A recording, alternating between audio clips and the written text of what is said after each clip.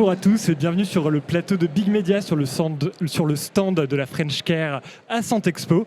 Toute la journée dans Tech Care by Big Media, on va vous proposer des rencontres avec des entreprises qui s'engagent pour répondre aux enjeux de notre système de santé. Et pour ouvrir le bal, on est super heureux d'accueillir Lionel Sima, le directeur de l'innovation chez Fineart, une entreprise de pointe dans le développement de dispositifs médicaux implantables actifs, de DMIA, pour les personnes atteintes d'insuffisance cardiaque. C'est qu'aujourd'hui, Lionel, l'insuffisance cardiaque, c'est un réel enjeu de santé publique. Alors bonjour. Oui, effectivement, l'insuffisance cardiaque sévère, c'est la première cause de mortalité dans le monde. Donc aujourd'hui, ce sont 200 000 nouveaux patients qui sont chaque année diagnostiqués et qui se retrouvent en impasse thérapeutique. En fait, ce sont 300 000 exactement qui sont en insuffisance cardiaque sévère, mais seulement un tiers qui peuvent être traités avec des solutions classiques de type pacemaker. Et justement, vous, avec Fineart, vous allez vous adresser à ces deux tiers de la population qui souffrent d'insuffisance cardiaque et dont le pacemaker ne peut pas répondre à leurs troubles, qui sont en situation d'impasse thérapeutique. Sur quoi vous misez pour répondre à ce problème-là ? En fait, les patients dont le problème est d'origine électrique, c'est-à-dire que c'est la commande de la pompe du cœur qui ne fonctionne pas, sont très bien répondants aux solutions de type pacemaker, donc qui rétablissent ce rythme cardiaque. Et les deux tiers dont on parle ont un problème d'origine mécanique. Donc c'est vraiment la partie moteur qui ne fonctionne pas, le muscle ou autre chose, mais c'est au niveau mécanique. Et donc nous, on agit mécaniquement au niveau du cœur pour pouvoir rétablir donc, le débit cardiaque natif des patients. Alors ce dispositif que vous développez depuis déjà pas mal d'années, il a un nom, c'est le FlowMaker. Je crois que vous êtes venu avec un exemplaire. Est-ce que vous pouvez nous expliquer rapidement comment ça fonctionne ? Alors oui, donc déjà le nom de FlowMaker effectivement est une analogie avec le pacemaker, puisque donc on rétablit le flux. Donc ce qu'on fait, c'est qu'on va venir placer donc une petite pompe, mini-invasive à l'intérieur du cœur. Donc on va faire un trou, donc ça c'est la pompe, c'est la taille réelle qui va être... C'est mini-invasif, mais c'est invasif quand même, c'est pas si petit que ça. Alors oui, on parle vraiment de patients qui n'ont plus de solution, donc il faut être conscient de ça. Et donc cette petite pompe va être placée à l'apex, donc à la pointe en bas du cœur, dans le ventricule gauche, pour pouvoir être aligné donc avec la valve aortique. Et en fait, on va tout simplement accélérer le sang qui se trouve à l'entrée de la pompe ici, pour pouvoir le rediriger à la sortie de la pompe dans l'aorte. Et on fait ça de façon synchronisée avec l'activité native du cœur. Donc ce n'est pas la pompe qui ouvre la valve, elle s'ouvre naturellement. On vient juste accélérer le flux pour pouvoir fonctionner en synergie avec le cœur. Alors justement, comment vous faites pour que la pompe fonctionne de manière synchronisée avec le cœur, sachant que par définition, on le sait, les battements du cœur peuvent varier en fonction de beaucoup de situations. Tout à fait. Donc en fait, on utilise une sonde épicardique qui est fixée sur le cœur pour pouvoir récupérer l'électrocardiogramme. Et donc on récupère l'activité électrique du cœur et on se synchronise avec l'activité électrique du cœur. Et ce qui veut dire qu'effectivement, on arrive à adapter la vitesse et même la fréquence de fonctionnement de la pompe à l'activité du patient. Alors on l'a bien compris, du coup on est sur un fonctionnement diamétralement différent du pacemaker et pas du tout le même type de technologie. D'où vient cette idée qui globalement sort complètement des canaux traditionnels pour répondre à ces problèmes d'insuffisance cardiaque ?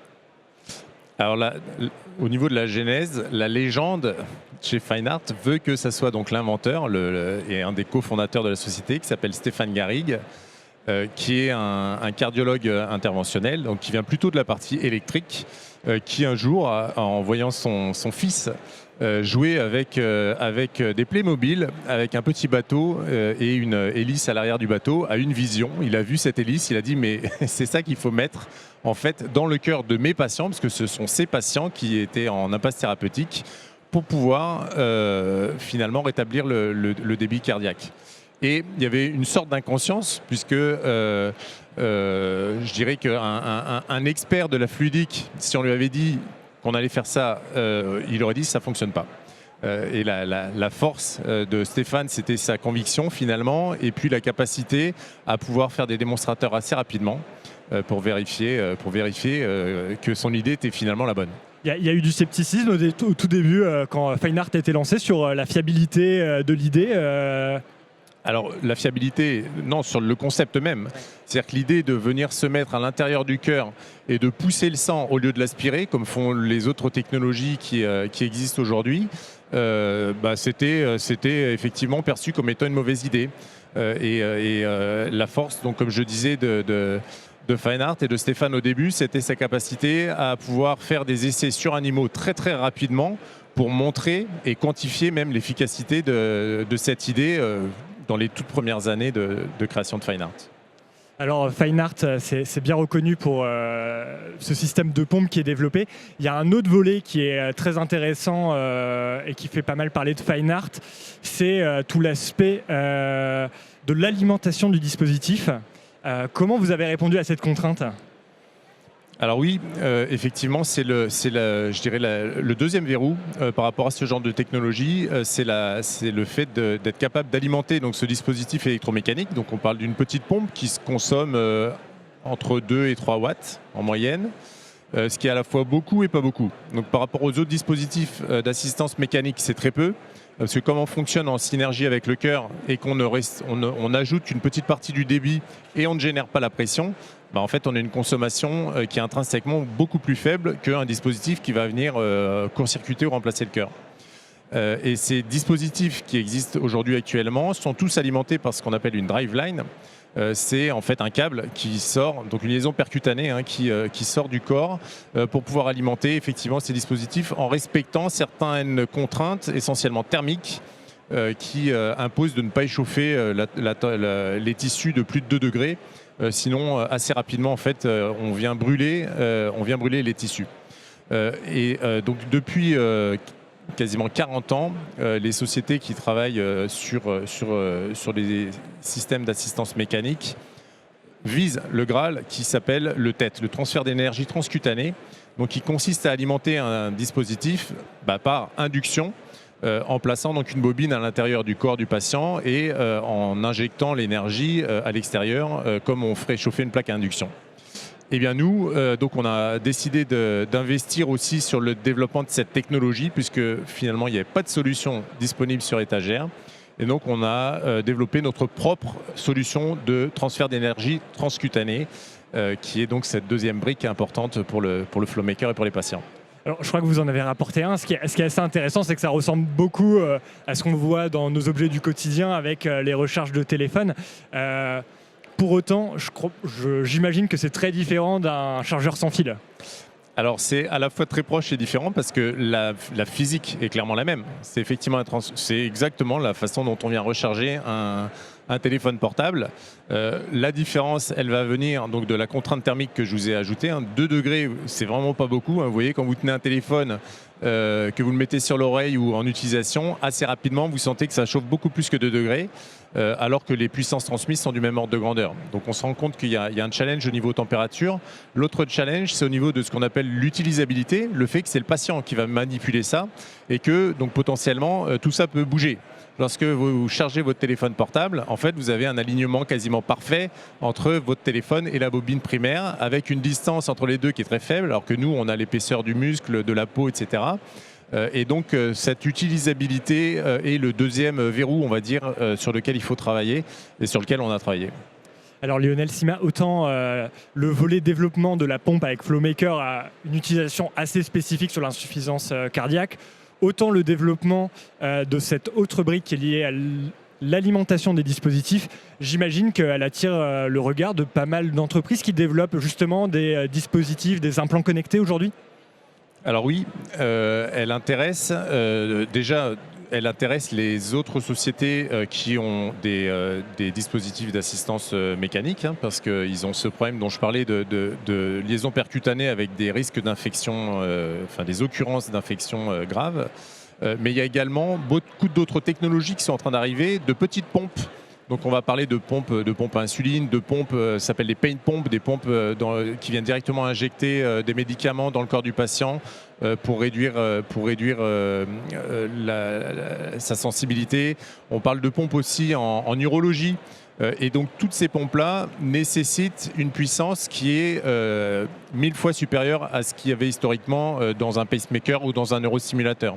Donc toutes ces pompes sont candidates, on va dire, à l'utilisation du transfert d'énergie transcutanée. Et effectivement, ce sont des sujets qui nous intéressent de pouvoir diffuser ou disséminer la technologie dans ces aires thérapeutiques. J'imagine que tout ça aussi, c'est une question de financement qui doit être importante pour vous, d'avoir des technologies qui peuvent toucher d'autres types de clientèle, comme ce type d'alimentation. C'est vrai que quand on a... Fine Art a été créé en 2010, si je ne dis pas de bêtises. Comment on fait pour convaincre des financements sur une longue échelle comme ça, quand on a un produit qui met, qui met du temps à arriver sur le marché au final? Alors déjà, historiquement, on a toujours bénéficié d'un soutien financier très fort des institutionnels. Que ce soit au niveau département, région, au niveau national, avec BPI, et puis plus récemment avec l'Europe. Donc on a un cofinancement en fait privé-public qui est intrinsèque à une deep tech et donc à Fine Art en particulier. Et on a eu la chance aussi au niveau des cofondateurs de pouvoir amorcer la pompe, si je puis dire, financièrement parlant. Et après, on a créé une structure, donc une holding en fait des investisseurs, dans laquelle les amis et associés, pour beaucoup des cardiologues ou des entrepreneurs, finalement investissent dans la société.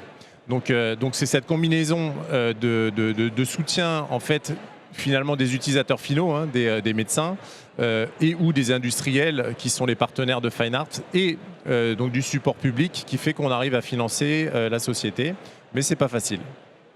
J'imagine. Et donc après plus de 15 ans de travail, où en est le dispositif aujourd'hui dans son développement ? Donc on est au niveau des études cliniques. Donc on a eu, après plus d'une centaine d'animaux, on a eu l'autorisation de lancer des études cliniques, donc des premières études sur l'homme. Et donc ça a démarré en 2024. Pour faire des études sur 5 patients. Donc on est dans cette phase. On a eu l'autorisation au niveau de l'ANSM donc de lancer les études cliniques en France l'année dernière. Et donc la suite aujourd'hui se passe en France. Formidable. Aujourd'hui, Fine Art a un savoir-faire qui est largement reconnu. Et d'ailleurs, l'entreprise a été nommée comme en tête du PIEC Europe Tech for Future, qui est un projet de développement justement de ces dispositifs amovibles. Comment Fine Art travaille dans ce cadre-là ? Donc oui, Fine Art a été sélectionné par la Commission européenne pour être chef de file, un des co-chefs de file de cette filière, donc qui s'appelle Tech for Cure, dont l'objectif est de développer donc une filière autour du dispositif implantable et de ce qu'on appelle la médecine 3P. Donc le médecine 3P, c'est en fait l'utilisation du numérique en santé. Et donc on a cette chance d'être soutenu dans ce cadre-là par France 2030, puisque l'autorisation de la Commission européenne consiste à permettre à la France de soutenir Fine Art suivant des critères qui vont au-delà des critères normalement autorisés par l'Europe. Et donc on bénéficie de cet effet filière, l'idée étant après de faire rentrer ce qu'on appelle des partenaires indirects, donc soit des sociétés, soit des établissements publics, soit des laboratoires, autour de cet objectif, donc de servir le dispositif implantable actif à forte fiabilité et la médecine 3P. Merci beaucoup. On arrive au bout de cet entretien. Merci d'être venu présenter votre entreprise sur notre plateau. Et à bientôt, j'espère. Merci à vous.